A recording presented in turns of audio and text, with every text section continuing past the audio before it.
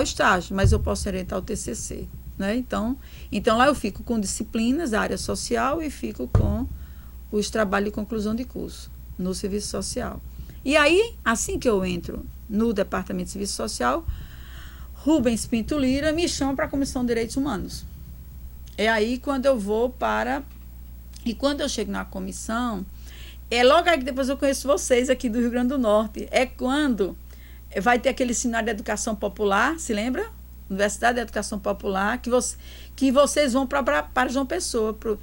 Foi um seminário que aconteceu, não me lembro, era em 80, mas era Universidade de Educação Popular, que veio o Oscar Rara, que é aquela menina que era do Rio Grande do Sul, a gente soube no seminário que ela tinha sido exonerada no Rio Grande do Sul. Como era o nome dela, que era do MNDH? Não é aquele lá do teatro, não, né? Não. MNDH era Marisa, não? Marisa Formolo da Marisa Formolo. A gente estava com Marisa em pleno seminário. Isso é depois de 82. A DHNet, vocês estavam com o Centro de Defesa e Educação Popular e vocês vão para o seminário. E é quando a gente sabe, no pleno seminário, a gente recebe um aviso de que Marisa tinha sido exonerada e a gente tinha que avisar ela. Aí me lembro que a gente fez uma ciranda. Ela não sabia. A gente faz uma ciranda no palco do teatro e durante esse processo vai preparando até que chega e diz que ela tinha sido exonerada. Foi esse vexame que a gente passou no seminário, né, da Educação Popular. Aí quando a gente chega na comissão, o que tinha lá eram cursos, tinha cursos já para delegado de polícia, o Rubens começou a fazer os cursos para delegacia de polícia, e a gente começa a fazer os cursos de extensão em direitos humanos para a área da segurança. Então, era esse, quando eu cheguei na comissão, estava com esse foco. Mas era assim, aulas expositivas. Aí, e com o detalhe que Rubens sempre foi um cara muito avançado nessa área de ouvidoria. Sim, né? porque ele cria, porque a comissão foi engraçado. Quando estava no processo da Constituinte da Constituinte Estadual, eles colocam no texto da Constituição da Paraíba a criação do Conselho, está lá nas transitórias. Então, quando termina a elaboração da Constituinte da Paraíba, eles já criam o Conselho. Então, o Conselho já surgiu desse processo. E a comissão... É um pouco a tese de Rubens que estudou na França, né? E em 89 se cria a Comissão de Direitos Humanos. Então, desse movimento, ele começa a puxar a gente, né, de vários cursos. Ele tinha sido meu professor do mestrado em Ciência Política, então ele já me conhecia Lúcia, conhecia Paulo, então ele vai puxando a gente. Detalhe que a galera aqui do Rio Grande do Norte foi pegar as ideias para fazer a própria Comissão de Municipais com o pessoal da Paraíba, não foi? Agora não lembro mais quem foi. Agora, Dom José Maria Pires, não é?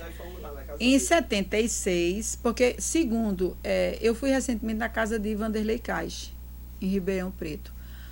Segundo o depoimento, o texto de Vanderlei e o depoimento de Ayala, que é a esposa de Vanderlei, quando o Vanderlei está preso em São Paulo, no presídio Tiradentes, tem uma visita de Dom José com Dom Paulo Evaristo Armes. E nessa visita, segundo ele, Frei Beto pede que, em vez de ele ir para a cela de Frei Beto, vá para a cela de Vanderlei Caixe. Vanderlei Caixe é um advogado de Ribeirão Preto. E ele criou um grupo tático armado em Ribeirão Preto na época da ditadura. Então, por isso que ele foi fortemente torturado pela OBAN. Ele é do mesmo grupo, ele fazia os encontros no centro da Irmã Maurina. A Irmã Maurina foi justamente torturada barbaramente. Então, o Vanderlei Caixa era justamente da frente, né, armada, que se reunia no centro do Colégio das Freiras, que eles pegam o jardineiro, torturam o jardineiro, até que o jardineiro confessa que havia encontros de estudantes lá, e aí eles dizem que acusa a Irmã Maurina que ela fazia parte de um grupo tático armado, quando na verdade não era. Os estudantes se reuniam no centro lá, que era um centro, só que a raiva da elite lá de Ribeirão Preto é porque a Irmã Maurina era um centro que ela queria que esse centro funcionasse para os pobres, não para a filha de gente rica. E ela começa a tirar as ricas e dar brecha e dar as vagas para os pobres de Ribeirão Preto. E isso aí o pessoal de Ribeirão Preto nunca aceitou isso, porque era um centro educacional muito bom, de qualidade. Então, Irmã Maurina incomodou um pouquinho o pessoal lá.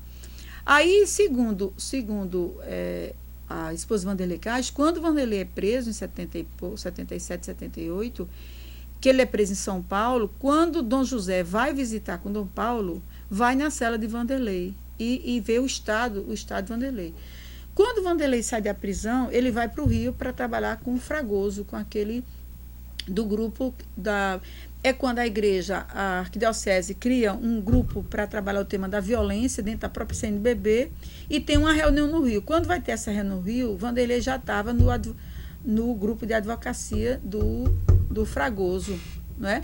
E aí é quando eles resolvem criar as comissões de defesa. Então, Dom José convida Vanderlei Castro para ir para Paraíba. Ele vai em 75, faz uma visita, mas em 76 eles criam o Centro de Defesa. Então, segundo a Ayala, quando eu conversando com ela, ela disse que Dom José disse, eu quero criar um Centro de Defesa, mas eu não encontro advogados que têm fôlego para enfrentar, porque há uma opressão muito grande no campo. Aí, quando Vanderlei disse que topa, aí ele vai para Paraíba, criar o Centro de Defesa em 76. E ele vai, fica um tempo lá, depois, segundo a Ayala, começa a ter, já faz a abertura política, ele se desmembra da igreja e cria o Centro de Educação Popular, Direitos Humanos e Educação Popular, e depois ele resolve voltar para Ribeirão Preto. Ele morre em Ribeirão Preto, mas ele morre depois de um erro médico. Ele faz uma cirurgia, parece que acontece um erro na cirurgia, parece que ele fica com alguma coisa, eu sei que foi um erro, e por conta disso ele morre. Quer dizer, ele morreu cedo ainda, ele podia ainda, né, mas foi por conta de um problema de saúde mesmo. Então, quando o Rubens, então essa comissão... Dom José, Rubens Pitulira, Vanderlei Castro, e todo esse grupo da Paraíba começa a agregar-se. Aí vai ter... Em Guarabira, que era a região do Brejo, a região mais, vamos dizer assim, mais conflituosa, que é a região do Brejo, né? Camilo. Aí vai Camilo, Dom Marcelo Carvalheira, que era de Pernambuco, e que vai ser bispo. E aquela freira famosa que estava irmã Tome, irmã Marlene. A irmã Marlene até hoje está lá. Então, você vê assim, quer dizer, vai ter um centro em Campina, o padre de Campina era avançado, do ponto de vista da teologia da libertação, de Guarabira também, e Dom José. Porque quando eles entram na igreja, eles pegam os padres muito conservadores. Mas aí começa a entrar esses padres mais da linha da teologia da libertação. É aí que começa esse trabalho da educação popular e a questão agrária. É tanto que eu sempre digo assim, que na Paraíba, direitos humanos está mais vinculado à questão da terra do que à questão das prisões políticas. Porque como a maioria dos presos políticos iam para Pernambuco, quem fazia a visita a Itamaracá, muitas vezes, era Dom Helder Câmara. Segundo o Calistrato, né? Dom Helder Câmara, a cada 15 dias, visitava os presos de Itamaracá. E ele diz, então, vamos dizer assim, o SENDEC em Pernambuco, ele dava muito esse apoio aos presos políticos, né? João Pessoa, Paraíba, Dom José... Na época, Comissão Cipaz. Sim, depois é que ele fez SEDECA. Agora, no caso da Paraíba, não. Dom José fica muito focado na questão do campo, porque havia muitas... O conflito no campo ainda é forte. Você vê que há um mês atrás, a gente teve outra morte, né? Dois líderes do MST morreram na Paraíba há um mês atrás. Então sempre... Morte matada. Então, sempre é uma área muito crítica, né? Então, quando a gente chega na comissão, o começo era assim, era trabalhar com a área da segurança, que era para poder a gente, criar uma nova institucionalidade, falar dos direitos humanos e a segurança pública. Esse era o grande desafio. Tanto por isso, então, era introduzir direitos humanos na polícia, era fazer cursos de extensão para a polícia, era fazer curso de especialização e botar a polícia dentro do meio, envolver policiais nos cursos, né? Aí é quando o Rubens também cria o Conselho Estadual de Direitos Humanos, e dentro do Conselho Estadual tinha a representação da polícia, que era o Coronel Batista, que aí começa aí ele abre para a gente introduzir a disciplina de direitos humanos na polícia. É quando a gente vai para dentro da polícia fazer os cursos. Aí quando a gente faz polícia comunitária, polícia para mediação de conflito nas escolas, aí polícia comunitária, a gente fez durante 5 anos curso com a polícia, preparando a polícia para trabalhar a prevenção da violência no bairro e na escola, numa visão mais preventiva. Então, foi esse foco de uma ação mais preventiva, né? E o conselho, como tinha as inspeções e tinha a história das mediações de conflito, então a gente estava trabalhando muito essa coisa de toda vez que havia na Paraíba um conflito, os índios fechavam a BR, o MST fechava não sei o quê, ou a pastoral ocupa o prédio do INCRA, os presos... Luciano já começa a entrar um pouco, já nessa época? O Luciano Maia, ele é justamente da primeira equipe do Conselho Estadual com Rubens Pinto Lira. Porque a aliança foi o FPB, Ministério Público e a Assembleia. Como na Assembleia na Assembleia não, sim, na Assembleia tinha Chico Lopes, que vinha do movimento de professores, que foi um deputado pelo Sindicato de Professores, e nós tínhamos na Segurança Pública um juiz, que era um juiz de uma linha mais democrática. Então, é como se fosse um período que juntou um juiz de visão democrática, um parlamento que vinha do movimento dos professores, o Ministério Federal e a UFPB. Então, isso deu certo. O conselho foi criado por lei, não por decreto-lei. Aí o próprio conselho acaba aglutinando e fortalecendo o papel da própria universidade. Aí você passa quanto tempo dentro do conselho? Você acaba também na presidência do conselho. Aí a gente fica Rubens Pinto, depois Luciano Maia, depois eu, depois Rubens Pinto de novo. Ou seja, a gente ficou... É a época que a gente começa a se conhecer. Né? Começa a ir lá. Dos conselhos. Para os conselhos. Qual foi o resultado assim sensível dessas formações na segurança? Olha, na greve da polícia de 97, eu achei, uma coisa que me chamou muita atenção é que os professores estavam em greve 3 meses, o governador não queria diálogo com os professores, e eu fui em frente ao palácio, estava a polícia em greve. Olha, era polícia em greve, professor em greve. Minha filha era de colégio estadual, a gente ia para a Assembleia, para as audiências, para exigir do governador a abertura do diálogo. O governador não queria conversa com ninguém. Então, teve um dia que juntou a polícia na praça e veio os professores de passeata, aquele horror de gente. O governador chama o exército e pede o apoio pede a intervenção do Maranhão, o Zé Maranhão. Aí, em frente ao palácio está o exército, que ele pede a intervenção para botar o exército. Estavam os policiais na praça, o exército aqui, vem os professores. O que é interessante aí, nessa hora, a polícia, quando viu, né, o caos, a polícia ficou no meio, entre o exército e os professores. Aí foi que eu disse assim, a primeira vez que eles viram, porque quando eles entraram em greve na praça, eu tive alunos da polícia que chegou a mim, professora, doutor Ivaí, no Ministério da Justiça, fazia uns livrinhos, não sei se você se lembra, Roberto, que era um livrinho verde. Sei qual é. Né, que tinha a lei contra a tortura, as leis, não era? Ivaí fazia e mandava sacos e sacos para a gente. Quase toda semana eu estava recebendo material do Ministério da Justiça. Aí o menino, um dos alunos, que hoje é coronel, chegou para mim e disse, professora, me dê um saco daquele que eu vou dar aula de direitos humanos na praça. E eu achei arretado. Essa eu fiquei maravilhada. E eu meti o saco para cima, leva o saco para a praça, vamos levar... E as entidades de direitos humanos, naquele momento, fez o mutirão para receber comida para poder segurar a barra, porque o governador já estava ameaçando as lideranças de ser exonerada. Quando prende algumas lideranças, a gente vai para a prisão, eles mandam a gente, pelo amor de Deus, saia daqui, porque a sua presença aqui é sinal que a gente vai ser admitido. Vá-se embora, se a gente precisar, a gente chama. Era um inferno. Mas... Então, era uma tensão grande. Então, a gente teve esse negócio, foi quando, aí eu fui ao palácio, fui falar com o reitor, e fui falar com Dom Marcelo Cavaleira, já era o bispo, já não era mais Dom José. Aí eu disse, Dom Marcelo, a gente precisa, esse governador está... Aí, Dom José, vamos ligar para o governador, vamos pedir uma audiência pública. Aí a gente, marcamos 5 horas da tarde, todo mundo na universidade, aí vai Dom Marcelo, vai OAB, vai todo mundo, né? Ricardo Coutinho era vereador, para tu ver, né?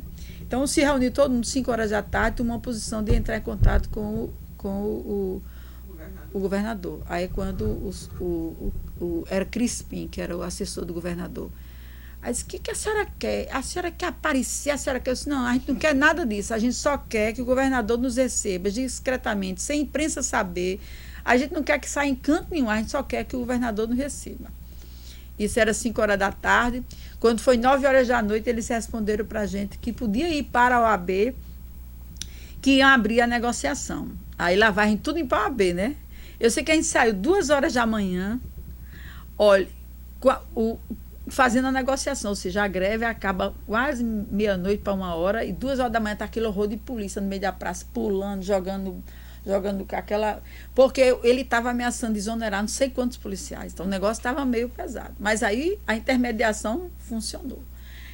Então, esse foi um momento que eu achei que foi bom. Outro momento foi quando a gente começou aqueles cursos pelos editais da Senasp, que a gente introduzia policiais militares. E vários policiais militares começaram a fazer os cursos, e depois eles irem ser professores de direitos humanos da polícia, eles fazer parte de programas preventivos. A gente ia fazer um trabalho no bairro de João Pessoa. Então, eles vinham nos ajudar a fazer a parte preventiva com as escolas, eles vinham dialogar, eles vinham discutir as coisas com a gente.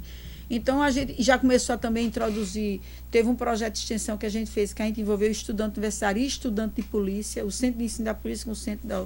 Então, a gente fazia algumas atividades sobre levantamento da violência no bairro, entendeu? Então, discutir os fenômenos da violência, porque o que é que acontece nesse bairro, que, então, começou a ter essas, sabe? Então, já teve estudante de polícia que já queria fazer mestrado em direitos humanos, especialização em direitos humanos. Para aquilo era muita, né? Então, começou essas... Então, e o fato de no Conselho de Direitos Humanos ter a polícia, isso também ajudava a gente a fazer essa mediação. Foi quando a gente foi para o comandante da polícia e eu pedi para ele, esse coronel, a gente consegue o dinheiro, agora o senhor libera a polícia, porque a polícia que fazia a tal da patrulha escolar, ela não tinha formação nenhuma para ser patrulha escolar, ela podia querer ir para a escola como se fosse uma polícia comum. Então, aí ele aceitou. Então, a gente começou a fazer assim, cursos para quem era da patrulha escolar. Vamos discutir violência na escola, vamos discutir mediação de conflito. Só existia um material da Anistia Internacional. Menina, a gente não tinha nem material, não era? O livro uruguaio, né? Não tinha nem material de direitos humanos. A gente tinha o livro de Ballester, sim, o material dos uruguaios e o material lá da Costa Rica. Não existia material de direitos humanos, não. Foi tudo criado e inventado. Mas antes de entrar nisso, Nazaré, eu acho o seguinte, nesse meio tempo, eu acho que tem um lance interessante, que começa a plasmar-se todo o que hoje é o núcleo de direitos humanos na universidade. Né? Como é que surgiu, digamos, a institucionalização, digamos, de... Hoje, essa questão de direitos humanos é tão enraizada dentro da UFPB. Então, porque começa pela extensão. Então, esses cursos com a polícia. Depois, a gente consegue o financiamento do MILAU, que era o Movimento Leigo para a América Latina. É quando Tosi, que era italiano, volta para a Itália para fazer o doutorado dele, ele consegue recursos internacionais para implantar a primeira... Porque a primeira turma de direitos humanos, ela foi pelo recurso da CAPES, ainda era 94, a primeira turma que a gente fez foi com dinheiro da CAPES, do MEC. Depois, quando o Fernando Henrique entra, ele destrói o dinheiro que era para especialização e diz, não, agora faz especialização quem pode pagar. É quando a gente não recebe mais recursos para especialização. Aí é quando o José Tosi consegue os recursos do MILAU, do Movimento Leigo para a América Latina, para a gente fazer com a militância dos movimentos sociais. É tanto que a turma do MILAU era só de movimentos sociais, que Maísa participa, que entra o MNDH, faz a especialização. Então, a primeira especializações, eles eram vocadas para o movimento social, não era para as pessoas liberais, era para os movimentos sociais. Né? Era turma grande, era. E aí, financiamento internacional. Quando termina, a gente ainda faz 2 turmas pelo MILAU e depois a gente consegue mais recursos. O governo federal não apontava possibilidade de financiamento para esses aí, então quando a gente se recusa, nós não vamos fazer curso pago, nós vamos aguardar encontrar um apoio para abrir novas turmas de especialização. Aí é quando depois quando chega governo, quando ainda estava Fernando Henrique Cardoso, a gente ainda conseguiu um financiamento para o Conselho Estadual de Direitos Humanos. É quando a gente consegue comprar um carro para o Conselho, consegue equipar o conselho, que o conselho não tinha nada. Já estão com o acervo do DOPS? Já estava com o acervo do DOPS, a gente já estava... Aí quando a gente começa a fazer os primeiros livros, é quando a gente chama a Vera Candor para fazer aquele livro sobre oficinas pedagógicas, não foi que vocês participaram também? Olha aí, mas... faz a homepage de vocês. Aí é quando chega... Pronto, foi desse dinheiro do conselho que a DHNet entra para fazer o site, não é? Então, até aí a gente estava... Depois não conseguimos mais que financiasse mais o conselho. Aí a gente passa... Mas quando chega governo Lula, é quando vem os editais públicos. É quando abre os editais públicos, aí abre a possibilidade de mais cursos, de livros. Aí Senasp, Secretaria Nacional de Segurança Pública, abre editais para a área de Direitos Humanos e Polícia. A gente criou o curso de especialização em Direitos Humanos e Segurança Pública. E quando a SECADI abre recursos para curso de especialização em Educação e Direitos Humanos. Então, todos os cursos da gente teve um edital público. Então, é focado com financiamento público. Aí nesse meio tempo já tem muita gente na universidade, então, muita gente também da área, tipo assim, vai chegando, Guerra, vai chegando mais gente. Era mais na área de serviço social? Não, tinha, olha, filosofia, o primeiro curso de especialização a gente botou no departamento de filosofia, porque a gente não queria que fosse para direito, porque a gente entendia que direitos humanos é da área das humanas e não das ciências jurídicas. Mantivemos dentro das ciências humanas e botamos, mas tinha que vincular um departamento. Como TOSE estava em filosofia, a gente botou vinculado à filosofia. Quando vem, sim, aí vem, né? O outro, tudo foi via departamento de filosofia.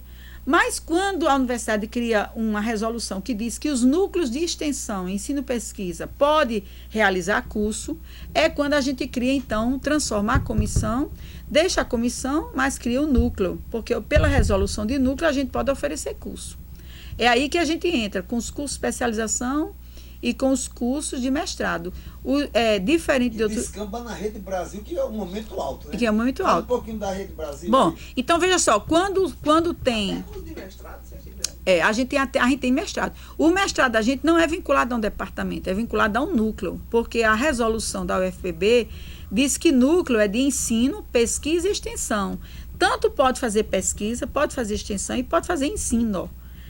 Só que o ensino que a gente faz é interdisciplinar. Tem que ter professor de serviço social, filosofia, antropologia, sociologia, direito. E aí o drama da gente é que os departamentos liberem a gente para fazer parte do núcleo. Eu passei a maior parte da minha vida que meu departamento me liberava, mas não me dava carga horária. Tudo que eu fazia em direitos humanos era sem carga horária.